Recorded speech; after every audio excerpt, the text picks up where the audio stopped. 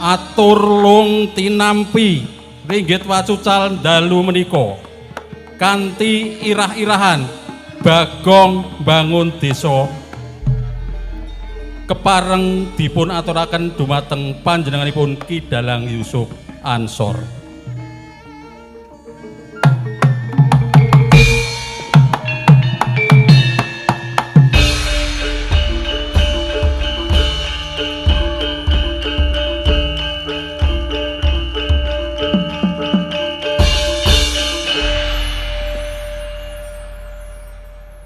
Kanthi umbul donga ira-irahan kula tansah nyuwun lumunturing sih samudra pangapunten ingkang tanpa winates.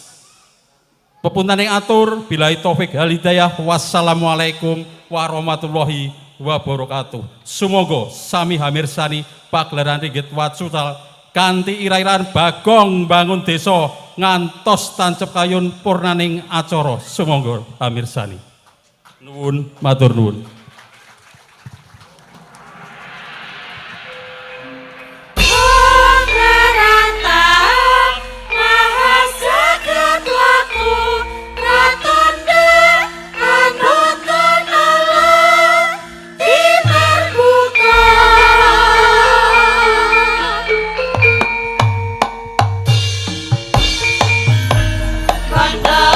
Bumi kaya res mati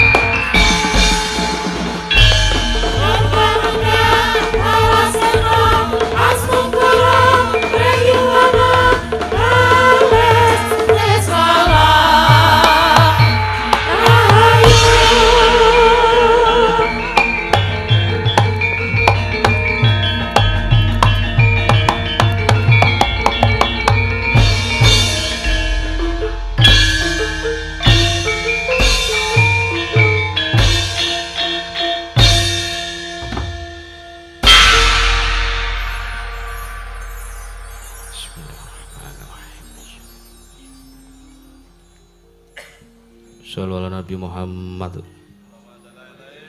Bismillah.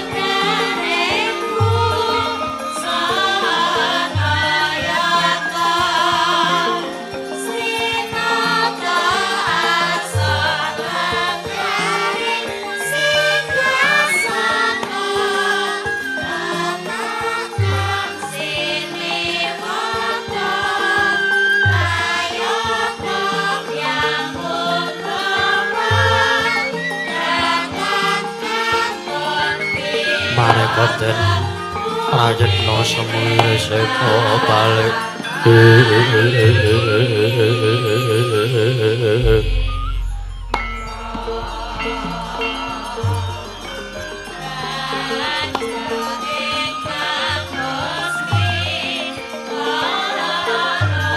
semule seko balik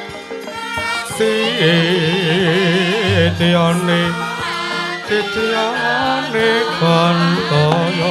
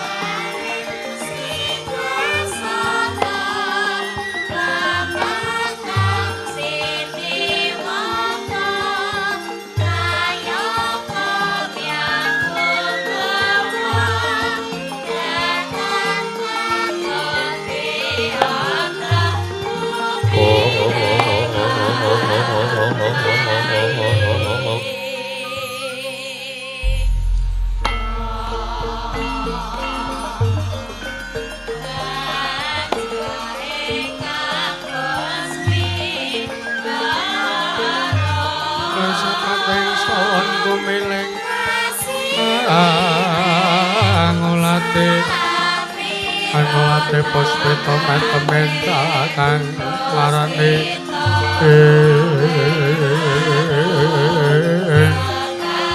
Medreng tanah anon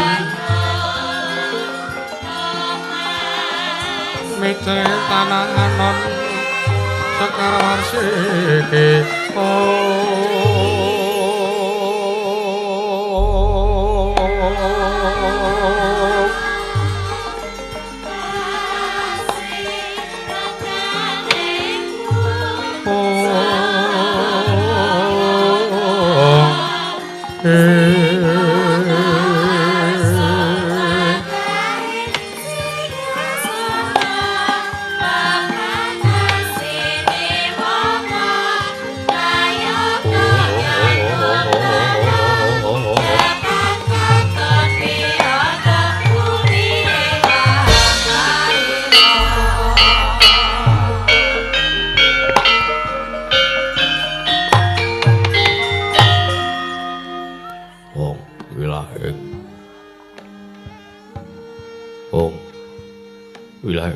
Mastu Purama Sidhem Awigena Mastu Purama Sidhem silat Mringgyang jagat karana sirang tandha kawisisaning bisana sana sinambung langening kula pesta maksula stantun lampah bodho jinandur tutur katela tetula tulat ning Raden Marabdya Wini Sudha trengkang dinama dama pinarti tameng leleta mangke teka pasananing Gopita tawung rengging pralambang matumpa-tumpa marma panggung Sang Murwengkata sekebyar dumadine wayang Purwa Purwakaning kandha linarik runtuting basa duwe gunung Amusurasa Gilinarasa ya karaos mulajare rohang rasa wani wuruhing diri rasa rumangsa angrumangsani lur jalma kang anggila kaca Jarweh wis rinakup caing carita ala becik wis kagelar jroning pageliran ya Gusti Satria mirsani pagelaran inggit Purwa Surya Candra Darum yang Kartika wis kinurba kudrating kawasa sahari ratri angedri pawana Purwateking Daksina Giyur Kemanti temadati petanganing dina sasi warsi windu yang sarta abad Tetungan tangkarto mangkarto ya sinirambun toya jawah pating rembyak dadu padanging kutu-kutu walangat uga burung nuro yang burung toya dadu berangan tanpa bicalan padang trawangas sinari sanjewanger nanging ngarsa murbawani jagat mungging jagat wetan duk mungup-mungup mungging kalkan kukrabang meranganga lamun gagsayan dilat-dilato bumi saya dangu sumurup sang Hyang Araka katon semai belakanan kira ngabang esmu jenar kapurbawan sinari sang Hyang Basanta tanem to katon ijo royo-royo ambangku gunung ingkang biru moyo-moyo bojong gunung kinemelan gendanu kasil ring Mrabancana lenggat lenggut nganti kaya gunung Makutha Mega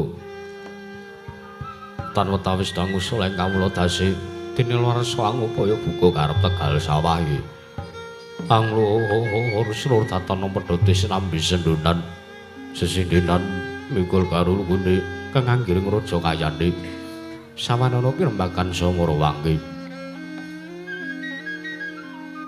Sang Hyang Arka saya dangu saya inggil wis katon melok sinaring jagat dunung ing kiblat papat lor kidul wetan yang kulon sinaring jagat kang sami rebut byada rebut teja arebet kekuwung parandene ing mangke ingkang mapan wonten ing wewengkon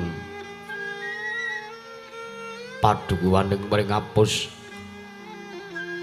nenggih mujudaken mapan ingkang ayem tata titi nyang tentrem gemah repah kartata turaharja wewengkon padusunan karang pradisan saking negari ing Indraprasta ing kono tuhu winangun wujuding sasana awujud pendapi alit wonten samadaning padukaning mring apus katon ayem kawontenanipun sanggya para kawula nadyan anggenya gesang sarwa sarwi prasaja bebasan saben dinanipun tansah Angudi pangupa jiwa among tandhi yang among kisma dan sang angudi marang tetanduran mring tetanene para kawula dase ananging sangka gendara miyang ageng raos sukiring sangya para kawula kunjuk wonten ngarsaning Gusti King Arya Luka pramila kawonten-wonten padukaning mring apus tansah dipeni tebih saking rubeda cinaketna mring karaharjan dasaring mriku lenggah salah suwijining pangayom Panakawan Yatmaja Pragiling Sang Lurah Semar Badranaya nenggih Sang Lurah Bagong ya Ki Lurah Cepot ing kono tuhu Panakawan ingkang gecul kumarucul nggadhahi watak srogal-srogol turta kasinungan watak mbeling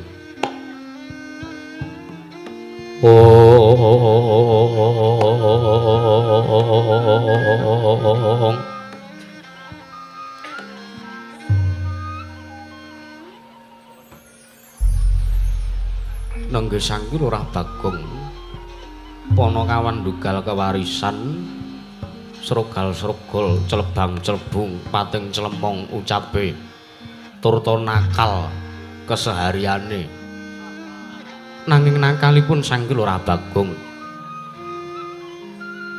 mboten kateges nakal ndurusi marang nepsu pribadi kayata dene royal lan sak panunggalanipun babar pisan mboten nanging nakalipun Sang Lurah Bagong menika damel tentremipun para kawula sinaosa datan nggadhahi derajat datan nggadhahi pangkat nanging kaya-kaya wis tuwa wis ketandur wonten samadyaning manahipun Sang Lurah Panakawan Bagong bilih piyambakipun ngrumaosi dados perwakilanipun sangya para kawula dase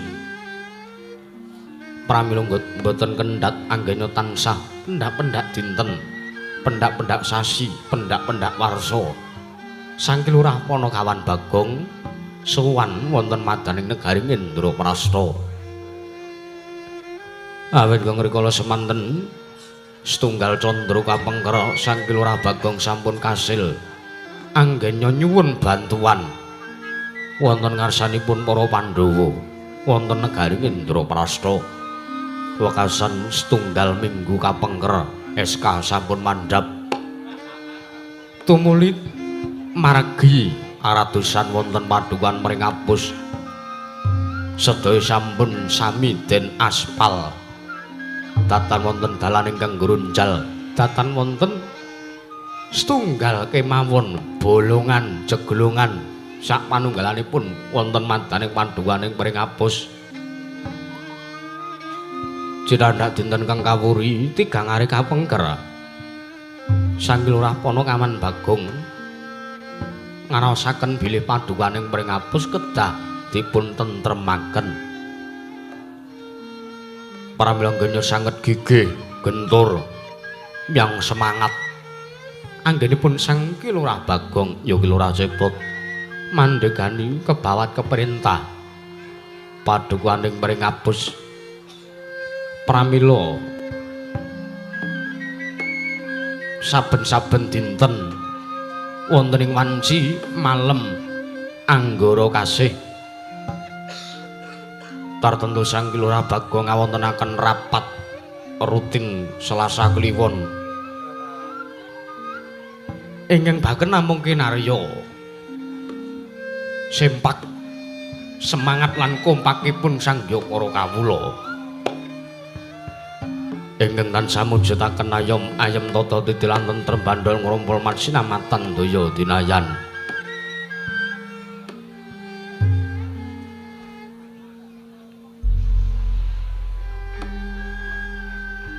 kepapak wonten dinten Rebo wagi Sang Lurah Bagong nampi sasmitaning jawata bilih padukuwan ing mring apus kedah kabangun pakartinipun Pramila sangka bingung kengang lengan Sang Lurah Bagong. Krana datar mangertosi babakan manembah. Dasare Sang Lurah Bagong pana kawin kenggadhahe watang srogal-srogol nakal beling lan sak panunggalanipun pramila arsa tetarosan wonten ngersanipun ingkang Rama. Nenggih panakawan ingkang kadempel nenggih Sang Lurah Semar Badranaya ya Lurah Nayantaka.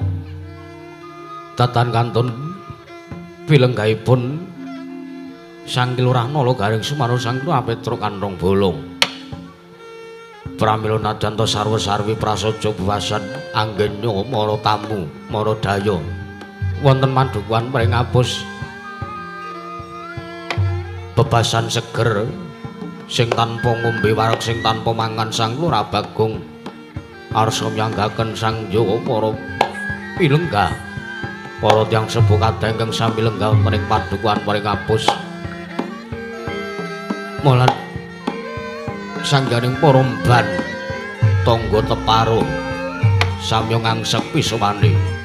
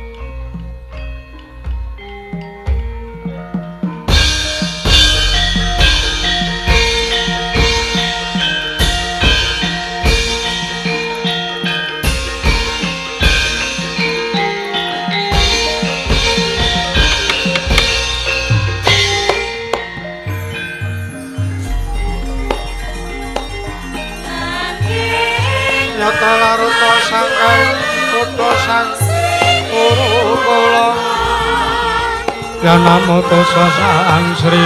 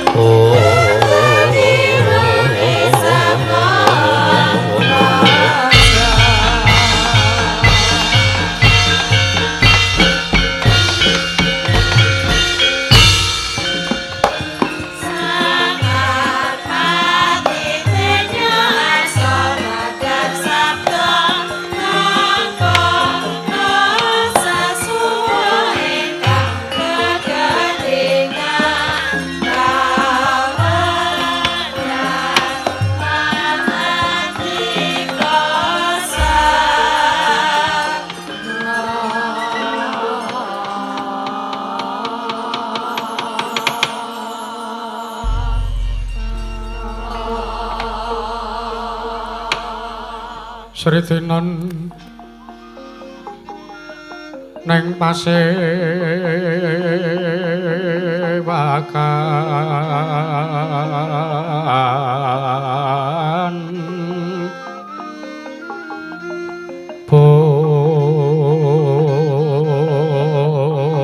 busana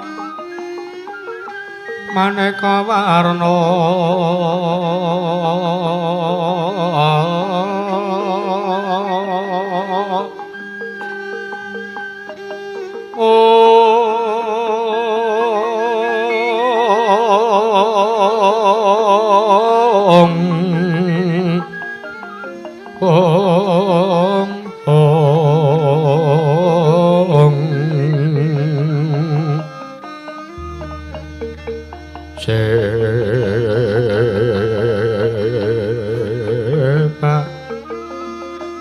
Puspitengu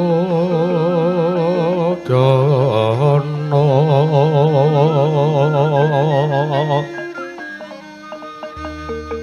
yang manjrah sarawaragma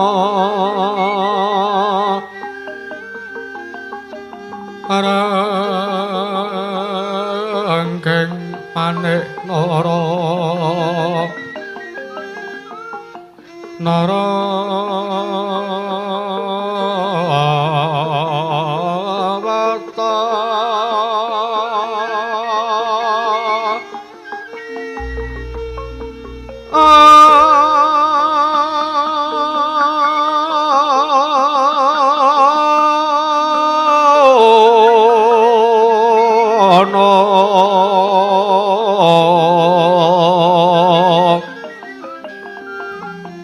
Obro prabanya kang sumirat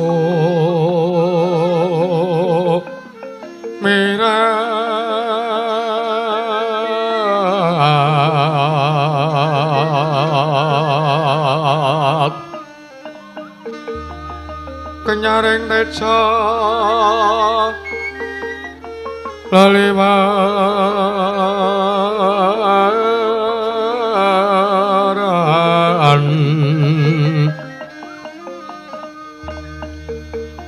lereki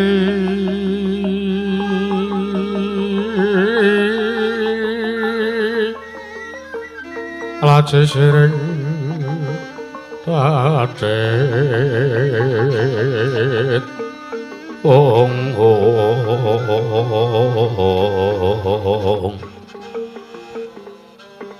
wimbo kekanda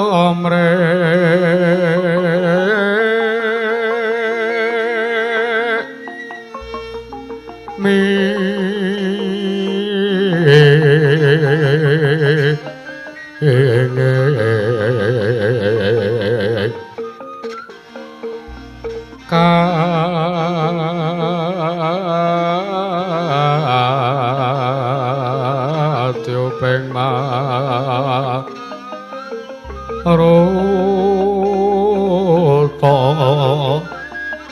bandha ong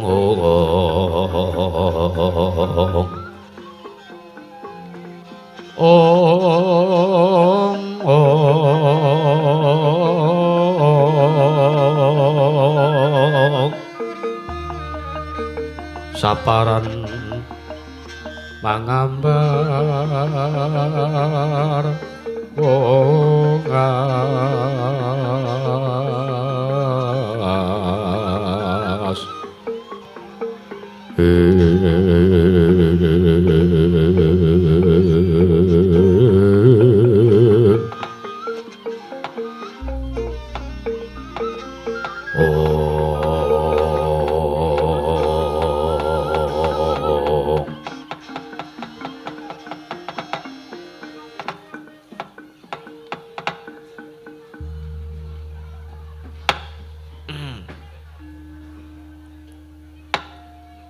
Ngenteni to kowe. No bocah nek arep omong ki mbok yo ge omong. Newang sukmana mangadilinu kowe. Ana sasmentane ingsun jagat. Awasisaning Ubathara. Bawana langgeng. Sinunggita tanawrat. Arca blak iblis lanat padha jekan. Ama bakdu. Nun mangke Rama Rama Giyatna sarawipun Rama Semar wonten ing padukaning Pringapus inggih wonten ing padukuhan Merak Reja. Rama Semar rawipun katuran kawilujengan babe Nayanraka. Mbel gagak sak dolita mel. Bocah iki wong ora tau iso basa. Kowe ora kulinane basa kok. Sak gendagan iki kowe basa karo pakmu iki. Mundhak malah ming sasar susur ora genah tata basamu. Samboten-botenipun kula sampun berusaha, Pak. Saora-oranipun kula pun mencoba. Jalaran kula rasa ki apa? Kula kira ki apa, Pak? Kula kinten jaman sakniki niku basa Jawa niku pun ajeng dilalekke kalih wong Jawane dhewe. Ketitik lare-lare sakniki kaya anak kula niku barang niku bendinane niku mboten tau kok nganggo basa Jawa. Takon kula madang apa urung ngoten niku, kamu udah makan belum? Kamu ndasmu kula ya ngoten. Kowe iki iso basa Jawa apa ora jane? Kula mung ngomong ngoten niku. Mula sinaosa. Weh. Elok nek elek teneh mboten elok. Iya. Senajan to anggen kula meranata basa menika pating besasik, pating begijik mboten kantenan. Sak mboten-mbotenipun kula saged ngaturaken basa Jawa, Pak. Iya, merga niku wau. Wong mayang men sakniki kathah sing nganggo basa Indonesia. Kaya dalange Nggaron niku. Niku nek mayang pun basane mboten. Gek saru le mayang. Iya, nggih. Kula ngaturaken sembah bekti kula kunjuk Bapak Semar. Iya, tak tampa. Ngaturke bekti karo wong tuwa. Sowanku ya slamet. Praptaku nggonku. Weh, lungguh. Ana ing pendapamu. Iki pendapa kepiye? Ana pendapa kok separo kayu, separo galvalum. Bot-bote kula niki ajeng merajakke para tamu-tamu, Pak. Iya, nggih. Sak sampunipun kula bikak campur sari gatrane kok. Tamu-tamu niku kula prajakke. Iya, apik. Nggih, pangestu kula suwun. Iya. Pangestune Pakmu ingkang kadempel Tampanana Bagong. Kyai Non. Sampun sanget anggen kawula pundi, Pak? Pun prayogaken lenggahipun kaya wis ora kurang kepenak. Nak Mas Nala Gareng, Nak Mas Winarno katuran kasugengan rawuhipun wonten ing Padukuhan Pringapus. Nak Mas Winarno. Weh lah wedhus. Ana wong tuwa kok nak Mas karo kakangne kok kaya ngono. Pancen nek ora adikku Bagong wis tak pateni wingi-wingi. Karo adimu tak pateni ya ora apa-apa kok, Kang. Ya ora kok, ya aku ki tresna karo kowe kok, ya aku ki sayang karo kowe kok ya, Gang. Ya, pamujimu, Gang. Nggonmu kowe ngaturi karo nimbali karo sowane kakangmu. Sowanku ora ana alangan suwiji apa slamet tekaku.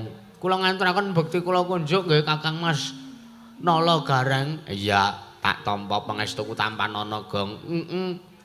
Tak gegem dadekake jimat. Iya. Sajak ketrima lehmu nglumpukke sanjaning para kawula. Ketliripun pripun Kakang Mas? Ketitik ana swara gluduk. Rampung acara iki mengko sesuk-esuk kayon ditancepke mesti gek ndang udan. Amin. Sing disuwun ngono, ben subur. Iya. Tandurane para warga. Merga iki ngene. Ana tetembungan sapa sing mensyukuri apa sing diparingake dening Gusti bakal ditambahi rasa nikmat. Mula ki tak syukuri. Iya, bebasane wargaku, kawulaku iki, rakyatku ki padha bebasane nancepke banggal iso dadi gaplek. Nyebar gabah iso dadi sego. Ki mulai iki disyukuri. Mergo jaman saiki wong arep golek dit 20.000 angele ra jamak. Ning kala mangsane rombong aku ki siji loro ana sing ya ming mergo kelong 50, kelong 100 ngono kok ngresula. Ki ora trep mula aja kaget aku nglumpukke praptane Kang Gareng. Prayogakno ya Kang. Iya. Kaya wis ora kurang prayoga, Gong. Heeh.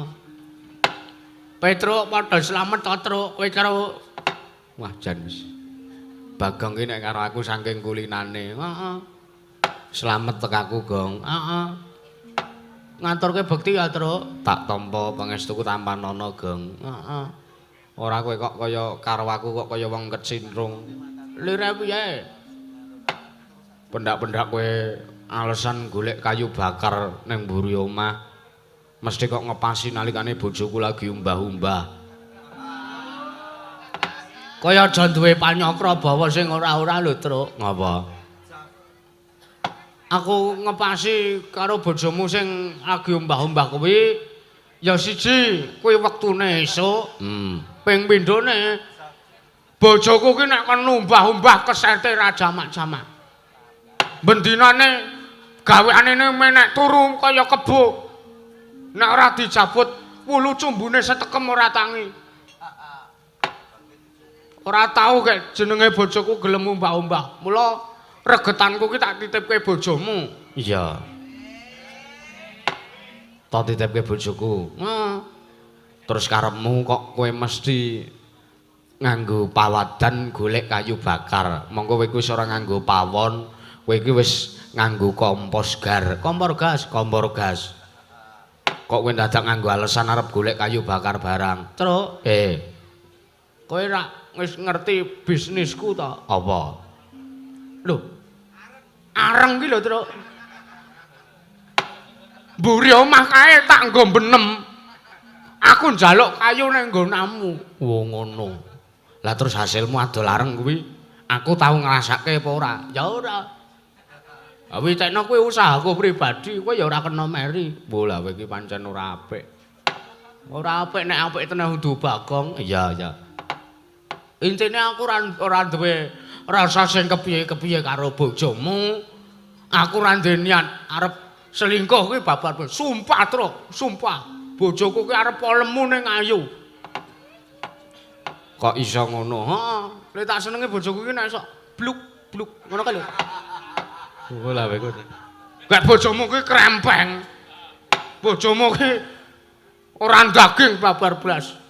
Nek bojoku rak semono gedene kae rak sesuai karo aku mergo aku ki wis tergabung koyor grup. Oh iya. Iya. Nek kowe rak tengkleng grup. Iya.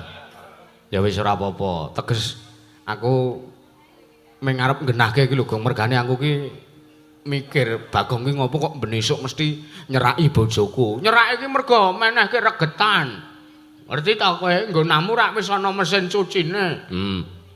Nggonanku nek umbah-umbah anakku sing sok gelem umbah-umbah ngumbahi wis diidak-idak kumbane. Sangkale keset le arep ngucek.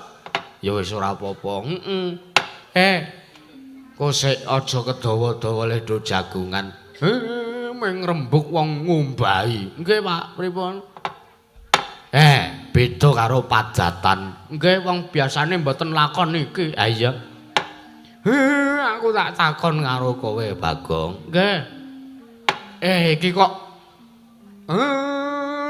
neng prengapus iki kok umbul-umbul dota pasang ki karepmu kepiye? Ngeten, Pak, ngeten. Sing sepisan kula ngaturi rawuhipun bapak menika kula ngaturaken pamatur nuwun merga bapak ki ora sah basa wae Pak apike. Ora apa-apa ora sah basa. Nek basa malah ora iso aku nek kon formal ki ora iso. Iya, terus bapak ki minangka wong tuaku, bapak ki minangka sesembahanku. Anane Bagong dilairke ning jagat iki merga bapak eneng. Mula Bagong kudu ngabekti karo sampeyan. Matur nuwun, matur nuwun. Teges kowe bocah sing iso mikul dhuwur mendem jero karo wong tuwa. Senajan to kowe iki bocah anake Semar sing tinemu ragil, ning kowe iki sing paling ngerteni karo bapak. I love you Bagong. Nggih, Pak. Kok aneh-aneh barang basane rumasaku. Kowe iki cah ragil beda karo kakang-kakangmu loro. Kakangmu loro kuwi wis tuwek. Tuwekane bendinane ming main rantek-entek. Nganti nyeblake BPKB barang. Ming sangkale dingge ngecrot. Apa? Ngecrot. Apa kuwi? Main nggon HP. Ngeslot kok ngecrot. Bapak kuwi kok aneh-aneh. Iki aku ngaturke panuwun. Iya. Merga bapak wis gedhekke Bagong wiwit cilik nganti gedene semene. Wiwit aku randhe daging nganti kokean daging. Iya. Aku ngaturke panuwun karo bapak. Merga aku melu bapak, aku diopeni diayomi karo bapak. Makasih ya, Pak. Iya, padha-padha. Ndungkap angka loro. Miturut materi sing wis tak ketik iki mau aku arep matur karo bapak. Iya, arep matur apa? Ngene ya, Pak. Kahanan kaya ngene, kahanan dusunku sing dusune iki wis diaspal kaya ngene iki. Iya. Iki arep tak syukuri, Pak. Srana sepisan mengkone aku bakal nganake nglumpukke tangga teparo kabeh warga ing dusun Pringapus kene arep tak klumpukke kabeh arep tak suwuni supaya ning ngetokke ambengan nek cara nggon kene iki ambengan iya ingkung lan sak penunggalane arep diaturke minangka sedekah kunjuk ngersane Gusti merga peparinge sing kaya mangkene akeh iki arep disyukuri karo warga masyarakat. Terus ping pindhone gandeng kabeh ki wis krasa ayem-ayem tata titi tentrem matsinamatan daya dinayan. Ping pindhone aku arep nganake acara gedhen, Mak. Minimale ya ngundang grup dangdut Papala saka Jawi Timur supaya nglipur para warga masyarakat. Lah ping telune aku sedih. Aku bingung. Aku susah. Wis apik kahanan dusunmu. Lah kok kowe sedih, kowe bingung, kowe ngrantes, kowe susah ki ana ngopo? Sawangen to, Pak. Iki rak tangga teparo ora iso tak lumpukke to. Merga iki akeh. Saking para kawulaku, saking para wargaku ing Pringapus kene iki padha nandang lara. Teges nek cara basane negaraku ya pedukuhanku kene iki Ketaman Pagebluk Mayangkara. Syukur isih iso diantisipasi kawulaku sing dolara iki isih iso ditambani. Ya ora ketang ming marake kendho ning larane urung mari. Urung asih ana kawulaku sing tekaning pati. Lah, aku bingung. Kahanan sing kaya ngene iki arep tak aturke karo bapak. Mergo aku ya wis nampa sasmita. Mbah, jane aku bingung iki sasmita tenan apa udu? Apa iki wangsit saka dewa tenan apa udu? Mula arep tak takokke karo bapak. Lah, wangsiting Jawata, dawuhing dewa ingkang dumeling tanpa wujud. Bisiki ana talingane Panakawan Bagong. Dewa ngendika ngene, Bagong, nek kowe pancen kepengin kawulamu padha ayam-ayam tata titi tentrem, kawulamu kabeh padha sehat, didoke saka penyakit, didoke saka sukerta, rubeda lan sak panunggalane, kowe kudu miwiti mbangun desa. Lah mula nggonmu mbangun desa ki syarate ora gampang. Kowe kudu munggah ning kahyangan njaluk ana ngersane Wang Pikulun Bathara Guru ya ana ngersane Hyang Jagat Giri Pratingkah ya kuwi wujude pelemper tangga jiwa. Nek wis kasil kowe njaluk wujude pelem iki mengko supayane tok pendem ana ing sak ngisoring pendapamu iki. Lah iki aku bingung, Pak. Pelemper tangga jiwa ki entuke ning ngendi? Nek tak kira nek arep bangun desa ki merga wis bola-bali nglakoke.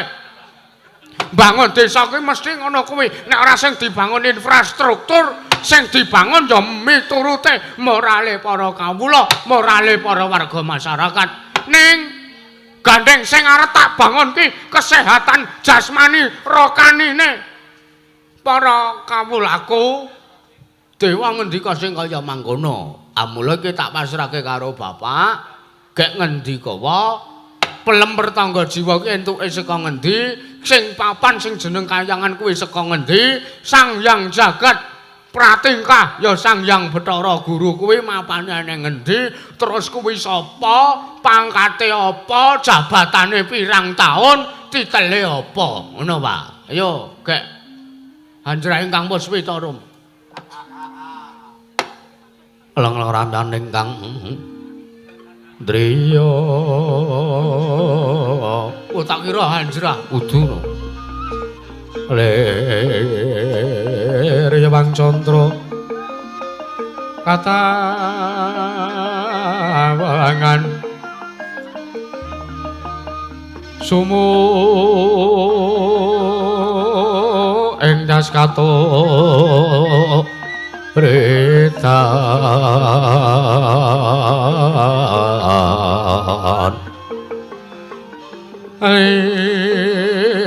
mot kabar saning rojen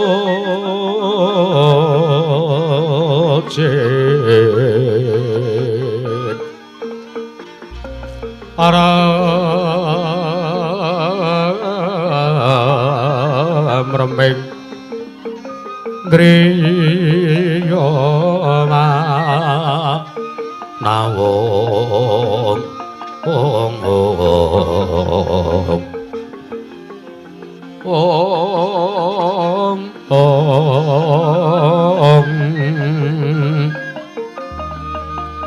kakawunging Hyang Wisesa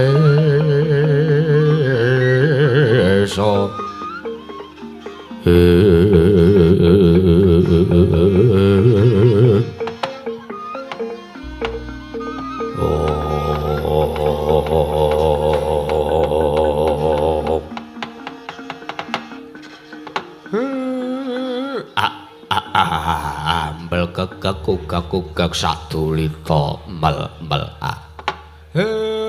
aku kok kaget. Aku kok kaya wong sing digetak. Bareng nampa aturi anakku Bagong nek kowe arep mbangun desa. Melu seneng dole, melu bombong. Mangayu bagya sekedhi jumuruh. Ning antase kowe banget nggonmu mikirke marang para kawulamu. Nggih, Pak. Ya senajan to wong sak kawula sak Prajanagara Ngamarta niku do prisa kabeh. Nek kula niku wong sing ora tau tumindak becik, wong sing ora tau tumindak apik. Senajan to do ngerti nek Bagong niku wonge nakal, senajan to do ngerti nek Bagong niku cerakane sinten-sinten niku kathah. Senajan to do prisa nek Bagong niku pendak-pendak nggawa sinden anyar, mesti kula hampir keriyen teng pinggir dalan. Niku nek isa sing kaya ngoten niku pun kajenge mawon. Nek isa ajeng kula tutupi. Sarana kula tumindak apik, kula duweni niat kula arep kepengin bangun desa. Aku pengen ndandani kawulaku, aku pengen berkecimpung berkontribusi ana ngersane para wargaku, ana ngersane para kawulaku yang paring ngapus. Supayane do prisa, supayane do tanggap, supayane do ngerti. Oh, Bagong kae najan gaweane karaoke. Ning Bagong kae sembodo. Teges sembadane Bagong saguh sartane Bagong kuat ngayomi kawulane, Bagong kuat ngayomi sartane kuat ngopeni para wargane. Ketitik kanan sing kaya mangkene kawulane Bagong dolara, Bagong berusaha nambani. Lho ngoten niku sing arum asmane sinten? Sing arum asmane bapak. Merga kula niki anake bapak, kula niki turune bapak. Ya senajan to bapak niku nuwun sewu. Bapak niku mung wong kere mboten gegablekan. Ning bapak niku kathah ingkang nyebutake pusaka sing bisa kandha jimat sing bisa ngucap. Mula kula saguh dados peneruse bapak. Kula pestheke sasurutipun bapak ingkang badhe ngemong tanah Jawi menika. Sulipun Kyai Semar Badranaya, Kyai Glandar Carita nggih menika. Wanggepe arep neruske bapak ngomong tanah Jawa. Sing tomonge Gemang nek sing ngomong kowe. Kowe ora usah ngono kuwi, Truk. Gere lho si jalma tan kena kene ra. Iya. Aku wis tanggap, aku wis dong. Aku wis iso nampa sing dadi aturmu, Bagong. Lah malah saiki aku tak njarwani karo kowe. Nek pancen kowe arep ngerti apa to wujude pelem pertangga jiwa, mapane ana ngendi, kowe kudu nembung karo sapa. Nek pancen niatmu lahir batin kepengin ngayomi para kawulamu, tak jaluk kowe munggah ning kayangan. Lah niki iki sing aku bingung, Pak. Bingung sebabe? Kayangan ki papane ngendi? Kayangan ki apa? Kuwi urung dong Pak. Kayangan kuwi papane para dewa. Nek kowe ndelok mengawan kae. Kowe nek ndelok wayangan mengawan kae. Kae jejere kayangan. Lah ya kuwi kayangan. Oh alah. Nggih. Terus nek kula pun munggah teng kayangan, kowe nek wis munggah kayangan kowe metu ana karo Sang Hyang Guru. Bathara Guru kuwi dhisik kuwi kadar. Bathara Guru kuwi dhisik adikku. Lho. Sampeyan duwe adik apa? Duwe. Sinten? Ya Sang Hyang Jagat Pratingkah ya Manik Maya ya Bathara Guru kuwi adine bapak. Weh lah. Adik kandung. Adik kandung. Weh lah elok. Nek ngenten kula niki turasing dewa. Ora ming turasing dewa. Kowe iki ayang-ayange dewa. Wong kowe iki dumadi saka ayang-ayange Semar. Ngono. Nggih. Lah mula nek arep munggah kayangan, munggah. Jaluka wujude pelem pertangga jiwa. Kowe bloko ana ngersane Bathara Guru, kowe arep butuh siji wae pelem pertangga jiwa kinarya tumbal. Ana ing pedukuanmu ya ing mring apus kene, kowe arep ndandani, kowe arep mbangun kesehatane para kawulamu, kowe arep ndandani marang kesehatan jasmani rohanine para wargamu. Nggih, Pak. Ngaturaken panuwun awit informasi ingkang sampun dipun ngendikaken dening Bapak. Lah masalahe ngene sakniki ngeten perkarane udu kok kula le arep matur karo Bathara Guru niku babar pisan udu. Lah terus sing dadi bingung atimu apa? Le ajeng munggah kayangan niku liwate teng pundi? Le ajeng munggah teng kayangan papane Bathara Guru niku liwate teng pundi? Numpak napa kula dereng ngertos. Ragate pinten kula nggih dereng ngerti. Ya kuwi to Le. Wong sing arep munggah kayangan kuwi kudu gentur priatine, kudu gentur tapane. Bapak iki sakploke dadi kawula. Sakploke mudhun ning Madyapada. Aku arep munggah kayangan ki aku ndadak nglakoni poso. Aku arep munggah kayangan ki aku ndadak nglakoni prihatin poso mutih 7 dina. Mula nek kowe sagu nglakonana poso kuwi tumuli kowe iso munggah ning kayangan. Waduh. Monggo nek poso mutih niku mboten angsal ngombe sak liyane banyu putih, mboten angsal maem sak liyane sega putih. Lah ya kuwi poso mutih. Wah, abot e, Pak. Tur mesti nek wong poso kuwi ora entuk kumpul karo bojone. Niku sing marake Bagong kabutan niku. Gelem ora gelem kudu nglakoni. Kula niku ngerti anu kabar krungu pawarta pawarta piye Ndara Janaka niku bola-bali mlebu metu kayangan nek Ndara Janaka kae pancen kae diwenangake munggah mudhun kayangan mlebu metu papane para dewa kae ora ana sarusikune ora ana dendane ora ana walate apa-apa saka dewa merga pancen Ndara Janaka kuwi dikeparengake munggah mudhun kayangan lah nek dapurmu kowe iki ming kere kowe iki ming derajating gedibal kowe ming Panakawan nek ora laku prihatin sik kowe munggah tekan repat kepanasan kowe wis jedhot sirahmu wah kok medane cimen ming arep opek pelem kok toh-tohane nyawa Genek ngaten mbok nyuwun tulung Ndara Janaka kemawon ken munggah kemawon. Ngono ki sing aku ra seneng. Ngono kuwi sing aku wirang. Mergo Semar ki ming derajate Panakawan. Kowe ki anake Semar. Kowe kudu modar watuk, modar. Ngalon-alon to nek ngomong kowe. Kowe kudu mbangun miturut, kowe kudu nunggak semi karo apa sing ditindakake karo bapakmu iki.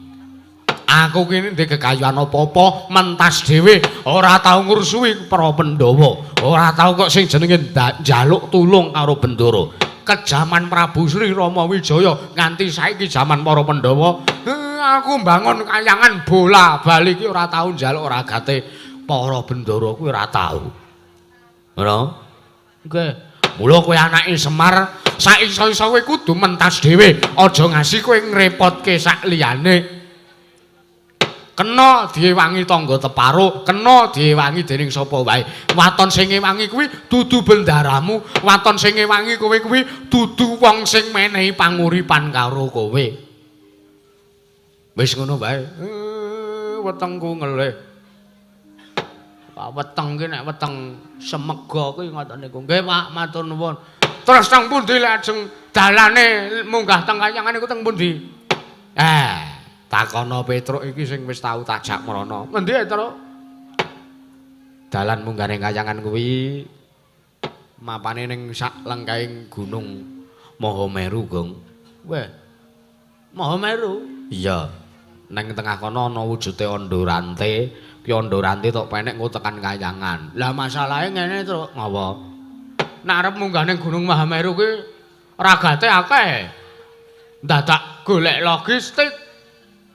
Dadak golek tenda rawuh engko ngekem sithik. Dadak apa jenenge sangune akeh, mongko aku ki ming wong kere, masa aku korupsi dana desa meneh. Ra wangun ta, Truk? Lha yo gelem ora gelem kudu nglakoni ngono kuwi. Wong nek arep munggah ning Gunung Mahameru kuwi kudu diunggahi sithik, teges kudu mendhaki sithik, Gong. Wah, nek kowe kulino munggah gunung, Truk ora iso. Malah mengko ming kedarang-darang lelakonku ming munggah Gunung Mahameru mah entek-enteki wektu engko slado modar kawulaku sing dolara. Ya ora kena ngono kuwi kok ya. Labuh-labet tumrap negara kuwi apik, Mas. Tapi tekno nek abot aku kudu lakoni pancen wis to niati. Ya ta, Rek? Heeh. Tenan kuwi. Kowe ngerti awakku nganti kaya ngene iki, Kang?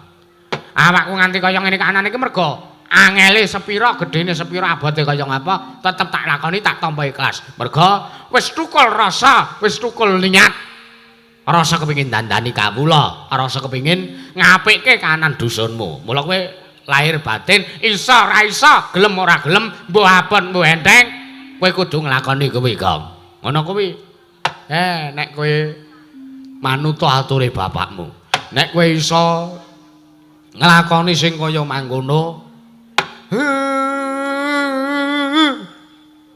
kowe ora bakal dioncati karo kawulamu mergo kowe lahir batin sartane tenanan nggone ngayomi para kawulamu kowe dadi duka iki kowe ditresnani karo kawulamu yakina karo ature bapakmu iki Bagong sikra-sikra yen permana gansa sikra ngraket nawang sesangga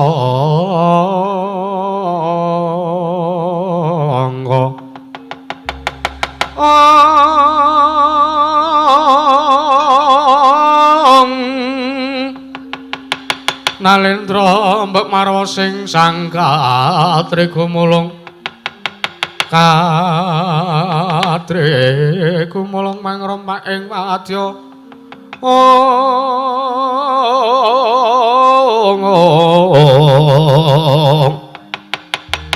Kurda kurore kakiri kula nang kono magawya kelarira wang-wang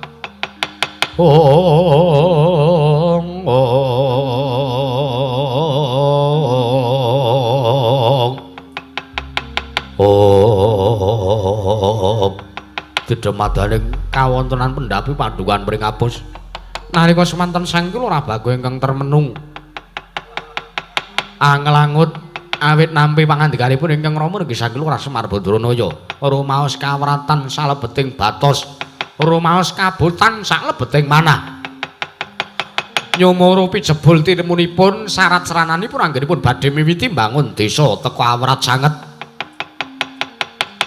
eling-eling sang Panakawan Bagong dumadi saking ayanganing sang Kilurah Semar Badranaya teges dumadi saking ayang-ayangipun sang Hyang Bathara Ismaya paramila dadosaken mobah musing kayiwangan Suralaya merga sangka sang Kilurah Semar Badranaya nadyan wis mandhap wonten ing Madyapada nanging tasih nggadahi relasi nggadahi koneksi tumrap kayiwanganing Jonggring Saloka mula dadosaken gara-gara madaning kayiwangan nggenipun sang Kilurah Bagong anggadhahi raos sungkawa nggenipun sang Kilurah Panakawan Bagong anggadhahi raos susah pramila ing sakmangke tanggaping gatisang Hyang Manikmaya sang Jagat Girinata mandhap wonten ing Madyapada mandhap wonten ing pendhapi padukan mring apus dadya kagat sang para Panakawan wau jumlara cayane kaya ndalem tetarungan nenggih praptaning sang Hyang Manikmaya wau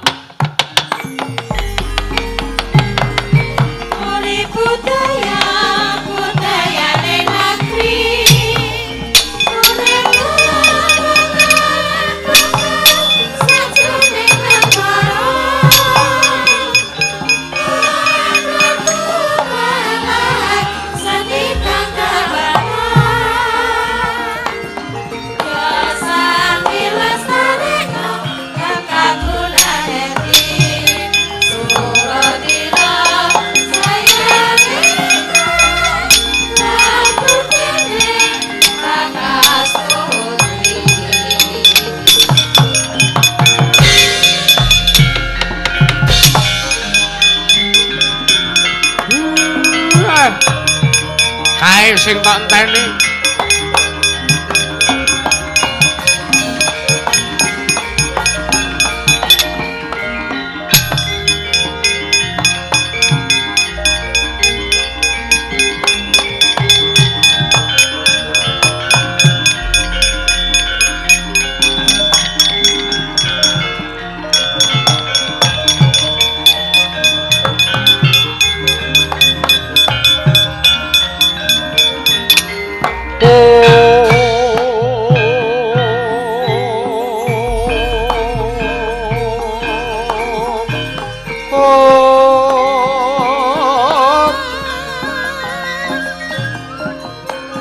sembah niring ulun kapara parisang amor pengerat mring sahanan ingkang mringanan sing asih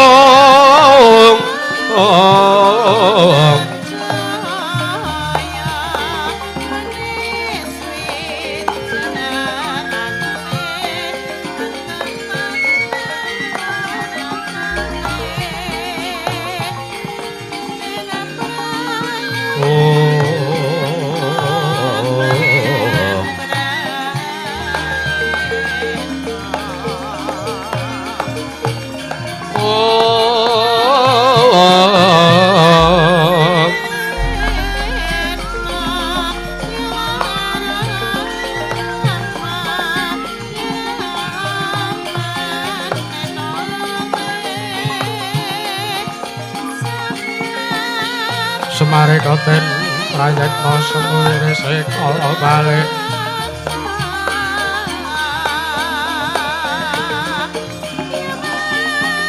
titiane kaya nitri sunya purnama sasi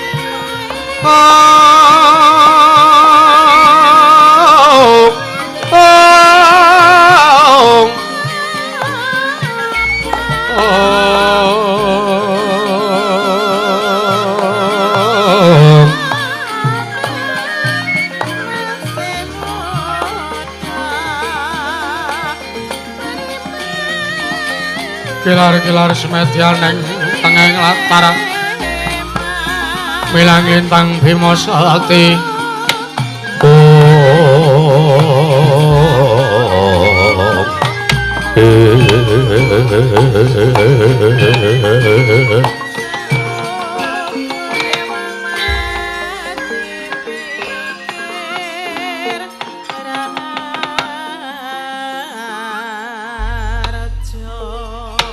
Hansra ingkang puspita kang arum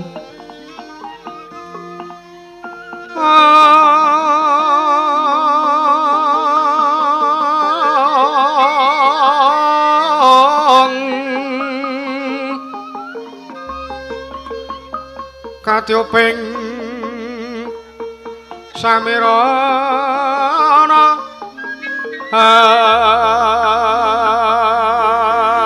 amre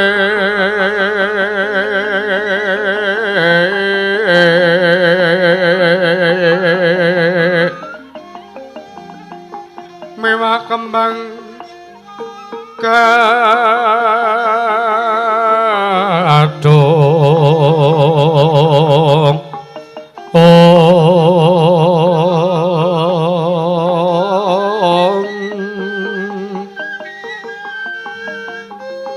kongas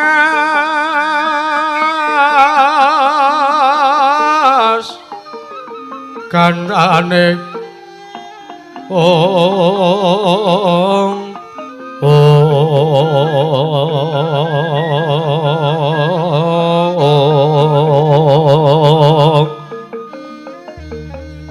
gawe raras renaning rasa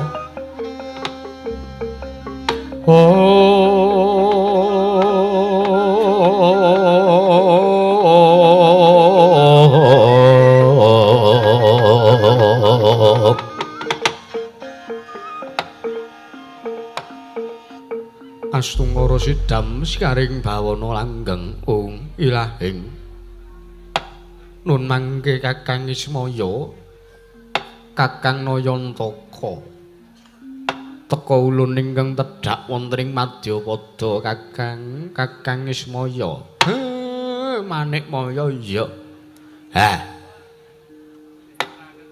aku krasa aku ngerti ngapa kok kowe teka tedhak ana ing Madyapada mergo kowe ngrasake panas ning kayangan iya to pamothahe anakku Bagong ndadekake gara-garane kayangan susahe anakku Bagong ndadekake rusake kanan kayangan mesti bubrah iya to Mas Durma Sidam Kakang Ismaya kasinggihan mekaten sayekti Kakang ulun piyambak bingung awit sampun wonten sabta ariri kalenggan sakmenika kayiwangan kesasapan hawa panas ingkang sumundhule ngawiyat sareng ulun taliti nyang ulun titik teka ingkang ndamelaken ndadosaken sabab damel guru garaning kayiwangan menika tanah sanes kejawi namung Atmaja Waduka inggih yoga Kakang Semar Badranaya inggih menika pun Panakawan Bagong. Aku ngapae, Pak? Ora apa-apa. Lah iki sing to karepke. Sapa e? Kuwi kok tangane papat es. Ora ngawu gawar ngawur.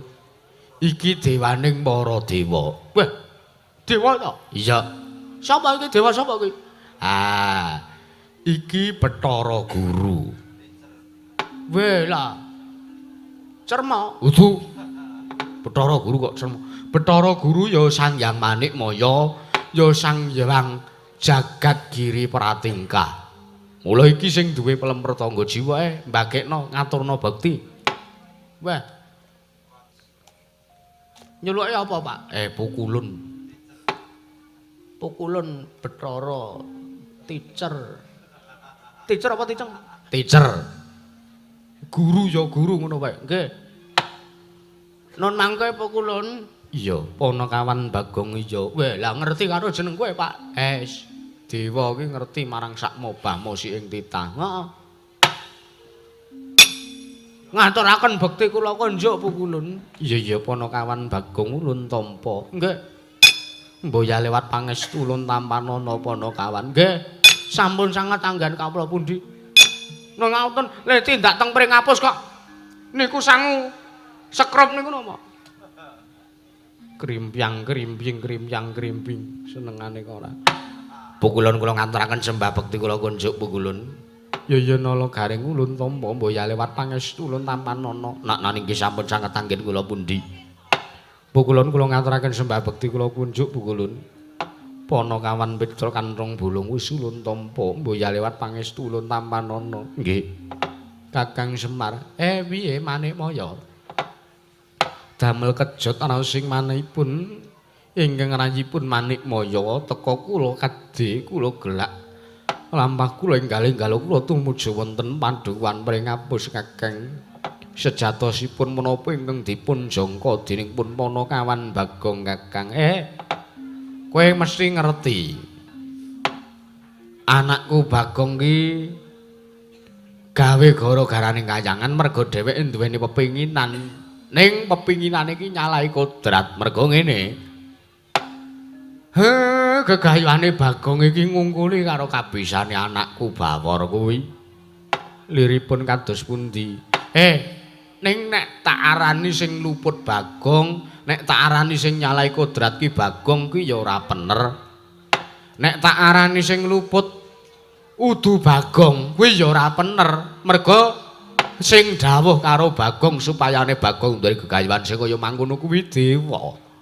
Peranganing dewa mbuh kuwi sapa? Merga mung Bagong mung nampa wisik, nampa sasmita ingkang dumeling tanpa wujud sing dingendikake karo anakku Bagong.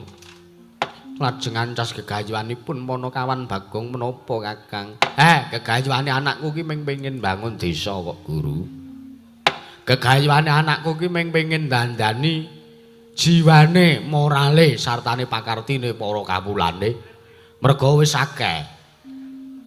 Pring ngapus ki prasasat kaya dene sawijining negara ing ketaman Pegebluk Mayangkara. Merga akeh para kawulane, akeh tangga teparone Bagong sing padha nandang roga, sing padha nandang lara.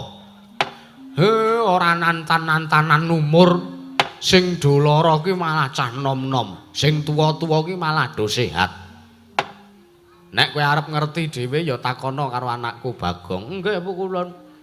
Kula niku nganti ngrantes pun kula tumbaske obat niku pinten-pinten tak pirang-pirang yuta nggih mboten enten sing saged ngasilaken. Mula kula nyuwun dawuh sampun Wang Pikulun Manikmaya. Iki ngene. Nggone Bagong arep mbangun desa iki seranane dheweke nggunakake wujuding syarat sarana. Ya kuwi siji wae. Wujuding pelemper tangga jiwa arep dipendhem karo Bagong dienggo tumbal. Nggone Bagong duweni gegayuhan kepengin bangun desa Manikmaya. Mula kang saka kuwi aku njaluk lilaning atimu, iklasing atimu. Wenehna ora ketang siji, separo wae ora apa-apa. Bagong iki paringana wujude pelemper tangga jiwa kanggo dheweke miwiti bangun desa. Bathara Guru. Jaja montapler kinentatuka yayasinipe netra kocak ngondarantir yen sinabet mring sagedhing.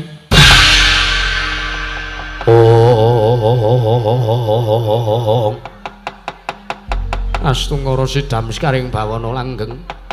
Kakang Semar piye? Mboyang inten babar pisan. Teka Panakawan Bagong gadhah gegayuhan ingkang kados mekaten.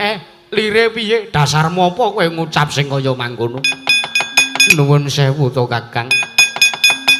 Menapa Panakawan Bagong menika mboya mawas? Menapa Panakawan Bagong menika mboya ngilo marang kawontenanipun? ning atasipun piyambakipun menika namung derajating Panakawan Bagong menika namung derajating batur, derajating Gedibal 17 teka namung kepengin bangun desa kemawon teka mbetahaken syarat sarana wujudipun pelemper tangga jiwa menawi ngaten malah ulun netepaken bilih Atmaja Paduka Kakang Ismaya menika lepat dasaripun awit sepisan Panakawan Bagong sampun wonten damel gara-garaning kayiwangan ingkang kaping kalih Panakawan Bagong sampun nerak pancak nerajang wewaler mboten pantes menawi Panakawan badhe nyuwun dharaning para Jawata pramila samangke ulun badhe kundur makayangan mboyahi jen nanging sareng kalan Panakawan Bagong badhe kula lebur kula cemplungaken tening kawah Candradimuka Kakang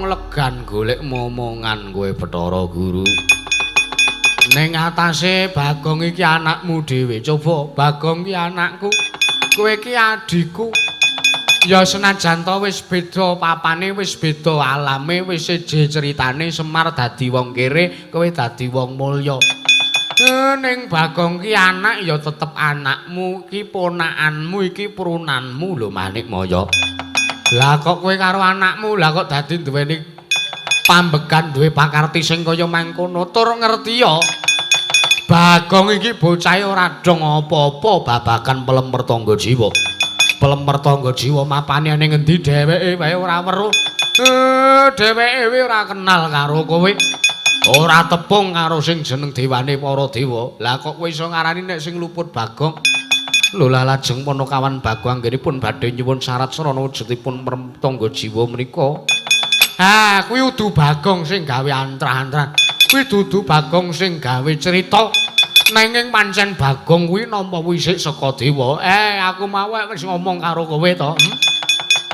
Yen to Bagong nampa saka sasmita saka para dewa, Bagong nampa wangsiting para Jawata. Mula to Manikmaya, Manikmaya. Jajal kowe pisan wae ngrasake urip kaya Panakawan. Kowe jajal pisan wae ngrasake urip ngrasake dadi Semar ora sasuwe-suwe sedina wae rasakno uripe Semar. Aku mesti apal ora bakal ora-orane kowe kuat ngrasake sartane nglakoni urip padha kaya dene uripe Semar. Semar ki wong sing ora blereng marang bondo donya. Ora blereng karo derajat pangkat. Ya mung rumasangku kok ora ana wong sing gelem tumindak adil karo Semar. Ngger Semar utawa anake Semar duwe gegayuhan, dewa tak suwuni sak biyantune, dewa-dewa kaya mbudheki, dewa-dewa kaya-kaya kaya-kaya ora ngerti kaya-kaya dewa ki ora duwe titah sing kaya ngene, kaya kawula cilik, kaya aku, kaya Garing Petra apa Diri Bagong. Kaya-kaya dewa ora sudi ngrumat menungsa sing kaya Semar sak anak-anake ngene iki. Ngasih dewa-dewa ki sok ngluputke. Semar diluputke, Garing diluputke, Bagong diluputke, Petruk diluputke. Malah kowe mau arep nglebur anakku arep menehi paukuman karo Bagong. Nek kaya ngono kuwi nek sing dadi pengarep sewijine negara kaya kowe ora bakal langgeng, ora bakal dipilih, ora bakal ditresnani karo kawulane. Nanging Kakang Bagong menika lepat. Lupute Bagong ngono apa? Lupute anakku ki apa? Tak takon, meleka mripatmu, meleka. Aku ki arep mingkire wenang melek-melekke, wenang matak-matake karo kowe. Merga tuwa Semar mbangane Bathara Guru. Gagasen nek janjane nek kaya ngono kuwi sing elek dewane, sing kebangetan dewane apa sapa? Pendak-pendak Panakawan duwe gayuhan reka-reka ora weruh, reka-reka ora krungu. Ning pendak-pendak sing butuhke bantune dewa ki para priyagung. Sing butuhke bantuane para dewa ki para bendara-bendara Pandhawa. Sak gendhangan sak det sak nyet dewa medhun duting seluruh do pecisan menehi bantuan. nek sing njaluk bantuan kere-kere kaya ngene ora tau dewa iki medhut. Nanging Bagong menika lepat ugi tetep lepat. Panjenengan ulun boya badhe nerimaken bilih Ponokawan Bagong tasih gumelar wonten ing Madyapada. Nek arep mateni anakku Bagong patenono. Malah saiki ora dadak to lebur. Leburun nganggo dayaning Guntur Geni Guntur Angin Bathara Guru. Guntur Geni Guntur Angin sirnakna Ponokawan Bagong Guntur Geni Guntur Angin.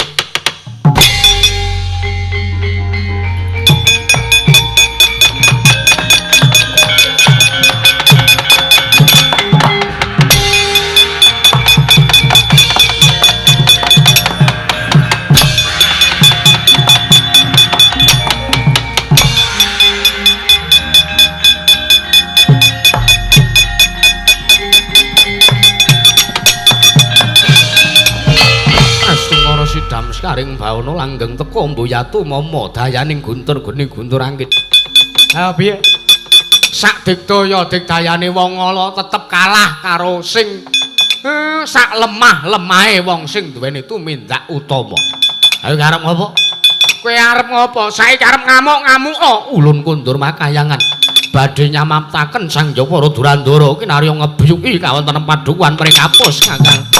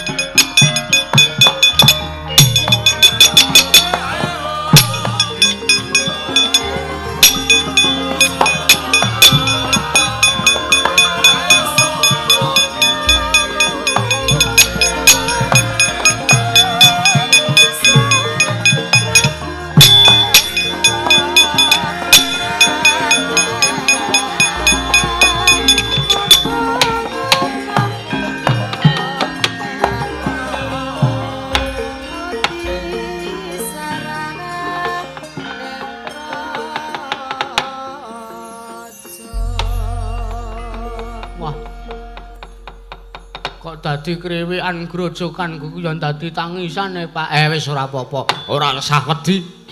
Nek ming manik mayae turah-turah aku wani nandingi. Engko gek ming klekus. Bathara Guru karo Bathara Ismaya ki tuwa Bathara Ismaya. Mesti nek digdaya perkara bab kadigdayan ya luwih digdaya aku mbangane Bathara Guru. Nek ngaten babakan niku aku kok pasrahke Bapak nggih Pak. Ya. Wis ora usah walangati tak rampungane. Engko nek ana dewa do medhun tekan kene aku sing ngrampungi Bagong nggih. Nek ngaten kula niki tak mlebu teng omah riyen. Lah ngopo? Apa bojomu ora masak? Mboten. Wetengku ki wis semega. Iki mau tak kira kowe arep ngetokke soto. Mboten, pun. Jenengan tenggo teng mriki riyen. Ha iya. Kula tak merbu teng jero nika riyen ben dihibur kalih anak kula wedok. Ya nggih. Wah jane iki bunek tenane Pak pikir kula niku Pak.